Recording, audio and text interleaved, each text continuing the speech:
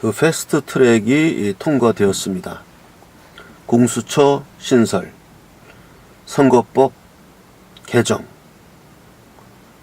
그렇게 하겠다는 것이 지금 그 사개특위하고 정개특위 통과해서 그 망치 땅땅땅 3번 두드려서 이제 국회 본회의에 상정된다고 합니다. 그러면 지금 민주당, 바른미래당, 평화당, 정의당 4개 정당을 합치면 과반수가 넘어가기 때문에 국회에서 충분히 가결될 수가 있죠. 국회 과반수 찬성하면 선거법이 개정되는 거죠. 그렇게 해서 연동형 비례대표제를 실시하게 되면 그러면은 군소정당들, 정의당, 가장 시혜를 많이 보게 되는 정당이 정의당이죠. 비례대표로 해가지고 의석수를 왕창 가져가고, 저도 연동형 비례대표제의 수식이 어떻게 되는 건지 한번 설명은 들었는데 왜 그게 국회의원 정수가 늘어나는 건지 이해가 안 되는 것이고, 그걸 제대로 이해하는 사람도 별로 없는 것 같고요. 일단 그 비례대표라는 거는 이거는 위헌적인 거 아닌가요? 비례대표라는 건 일단 국민의 직접 선거에 위배되는 거지요. 그리고 우리나라는 정당 정치, 국회의원이 정당을 탈당하면 예전에 제3공화국 헌법에서는 국회의원이 정당을 탈당하는 경우에는 국회의원 신분을 면직한다. 그런 헌법 조항이 있었어요. 그래서 정당 국가적 성격을 가졌죠. 그 현행 이 비례대표제의 문제는 뭐냐 하면, 비례대표제의 원래 그 뜻은 그거죠. 사표를 많이 얻은 사람이 억울하지 않냐. 특히 정당을 지지하는 사람들이 있다면은 그 정당의 비례대표 의석을 줘야 되지 않냐. 이런 논리거든요. 그래서 소선거제에서 양당 정치가 1대1 승부로 가는 거를 피해서 그 이삭을 주어서 비례대표 의원을 만들겠다. 이게 비례대표제인데, 우리나라는 그걸 시행하고 있습니다. 비례대표제를 시행하고 있는데, 이거는 국민의 그 직접 선거에 좀 위배되는 것이고, 또 하나 가장 중요한 건 뭐냐 하면, 우리나라에는 정당 정치가 토착화되어 있질 않아요. 자다 깨면 새로운 정당 생기고, 자다 깨면 있던 정당 없어지고, 또 하나의 정당이 2개로 갈라지기도 하고, 지금 자유한국당에서 뛰쳐나간 게 바른미래당이잖아요. 이렇게 정당을 뛰쳐나가서 새로운 정당을 만들 수 있다고 한다면, 이거는 정당의 정체성도 없는 것이고, 그 정당에 비례대표를 주어야 하는 명분도 없는 것입니다. 즉, 예를 들어서 어떤 그 삼성전자가 어떤 제품을 만들었다면 그 AS까지 다 책임을 져야 되는 거죠. 그런데 만들 때는 무슨 한국당이었는데 나중에 보니까 바른미래당으로 독립해서 나가 있다. 그럼 그 사람들이 비례대표로 될 때는 자유한국당 비례대표 의원이었는데, 그 비례대표 의원들이 정당을 탈퇴해도 된다 그런다면은, 지금 현행 제도에서는 비례대표는 정당을 탈퇴할 수가 없게 돼 있죠. 현행에서는. 그러면 비례대표로 선출된 국회의원이 있는데 그 정당이 둘로 쪼개지면 그 비례대표 의원직을 상실해야 되는 거 아닙니까?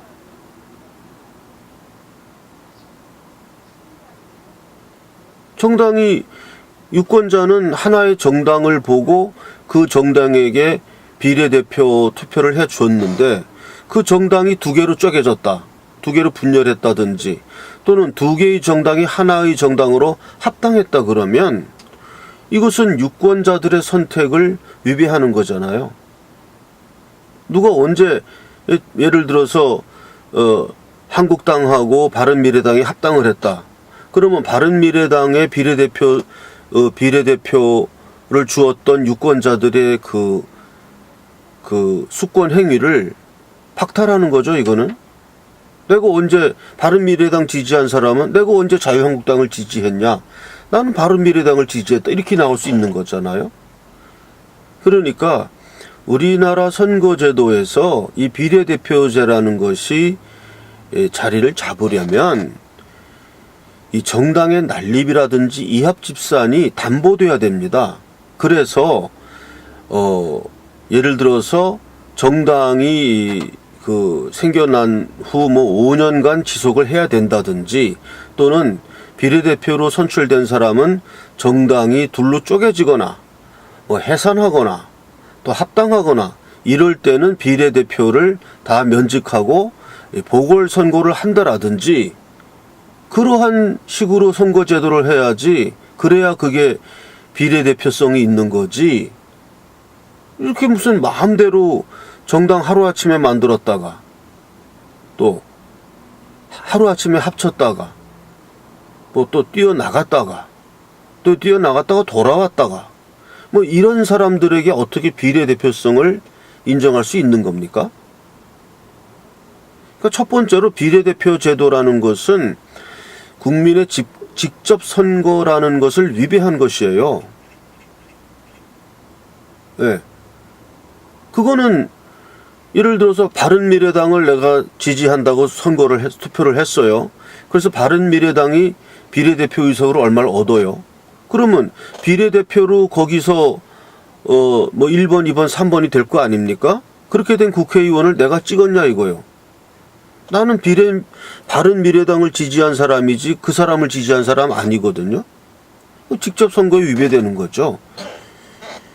그러니까 민주투표 원칙에 일단 위배되는 게 비례대표제고, 두 번째는 현실적으로 우리나라에서는 이 비례대표제를 시행할 만한 지금 정당 국가적인 어떠한 토대가 없어요. 그냥 돗대기 장사꾼에 불과합니다. 돗자리 팔면 거기가 상점이고 돗자리 개 갖고 물건 들고 튀면 또 없는 거예요. 그게 우리나라 지금 정당들의 모습입니다. 이거는 안 되죠.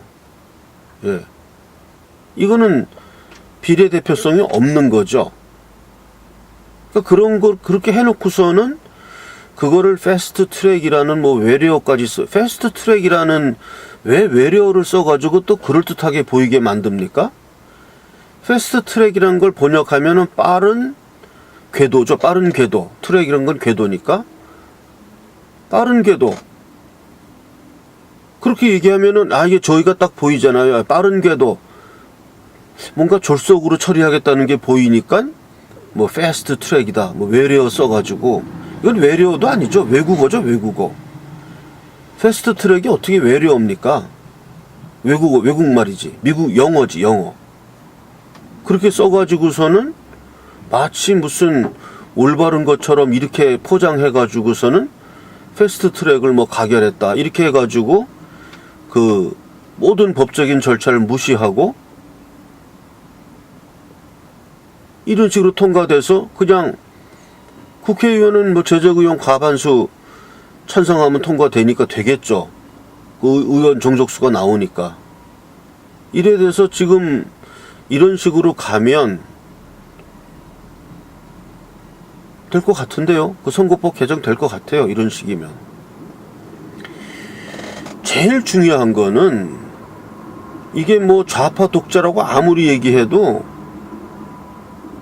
이 바보로 세뇌된 바보 어리석은 개돼지 이런 사람들은 야구만 보고 축구만 보고 관심이 없어요. 독재를 한다 그래도 독재라고 느끼질 않아요. 이게 민주당의 좌파 독재다 이렇게 얘기해도 그게 좌파 독재라고 느끼질 않습니다. 완전히 이거는 불감증이 된 거예요. 불감증이 돼가지고 그냥 야구만 좋아하고 축구만 좋아하고 스포츠, 오락 이런 쪽으로 그냥 사람들 관심사가 다 돼버린 겁니다. 지금 국제정세가 우리나라를 축복해 주려고 하는데도 축복해 주면 뭐합니까? 제 발로 걷어차면 다른 국가가 다 주워 먹고 우리는 또 그냥 알거지 신세가 되는 거죠. 자, 이런 걸 바라보면서 야, 이거 참 이러고도 우리나라가 망하지 않는다면은 이건 너무 이상한 거예요. 대다수 국민들이 이러고도 망하지 않는다면 일본에서는 지금 대한민국 소멸론이라는 그런 잡지, 뉴스, 신문 이런 게 지금 많이 나오고 있잖아요. 대한민국 소멸론. 참 요즘 보면은